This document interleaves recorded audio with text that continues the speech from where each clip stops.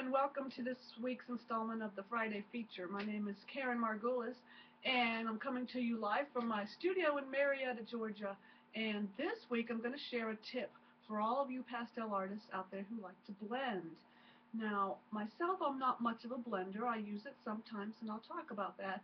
But when I do want to blend, I don't like using the tools that we have available. The paper stumps, the sponges, the sponge tools, all of these things for me, they're expensive and they don't hold up real well to the sanded paper. So that's why when I was introduced to this tip by Terry Ludwig at one of his workshops that I attended a couple of years ago, I was thrilled because now I had an inexpensive source of blending tools that hold up really well. As a matter of fact, I have a friend who throws them in the wash. So here's the tip. It's a piece of pipe insulation, foam pipe insulation. You get it at your hardware store, and I get it in these big packs. You get 4 to a pack, and it's about $2 for a pack of 4, 32-inch long pieces, which I then cut up into small pieces. And you know, you can even cut them, let me show you, in a way to make them like little brushes, so that when you blend, you actually get to paint your pastel on your paper. So they're a wonderful tool. They do not disintegrate and leave little bits and pieces all over your paper like packing peanuts tend to do. They tend to disintegrate and make a mess. So I really love using the foam. Let me show you a little bit more how I like to do it. And as far as blending, I occasionally blend if I want a real smooth passage in a painting, such as a sky. And if I do, I don't use my fingers. I rather use the side of my palm, since that has the least amount of oils. And when I blend, because the blending does sort of crush the crystals and I think takes away a lot of the luminosity of the pastel, I always like to go back over it with another passage of fresh pastel. So that's one way that I handle blending. But I like to blend to do underpaintings often.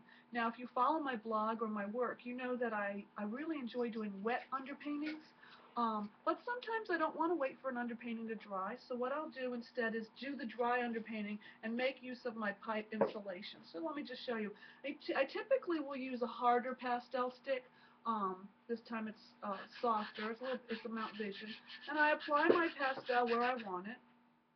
And I take my handy blending tool, pipe insulation foam, kind of makes a mess, and just blends it in, and I get a really nice soft look. Oh, here we go. Soft look to my blended areas.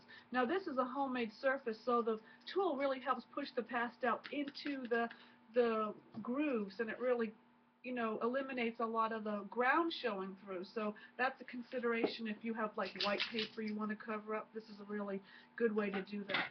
This is a painting that this is the underpainting stage where I've put down the pastel, blended it all in with my piece of pipe foam insulation.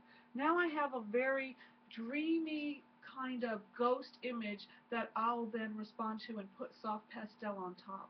So I love doing these soft underpaintings, and the pipe foam insulation is a great tool to use. I love it. I share it with all my students, so if you haven't been to a Terry Ludwig workshop, so you don't know about this, this is it. Go out to your hardware store today, get yourself some pipe insulation, foam pipe insulation, cut some up, and you'll have the most inexpensive tool that you can buy for your studio. So I hope you've enjoyed my tip.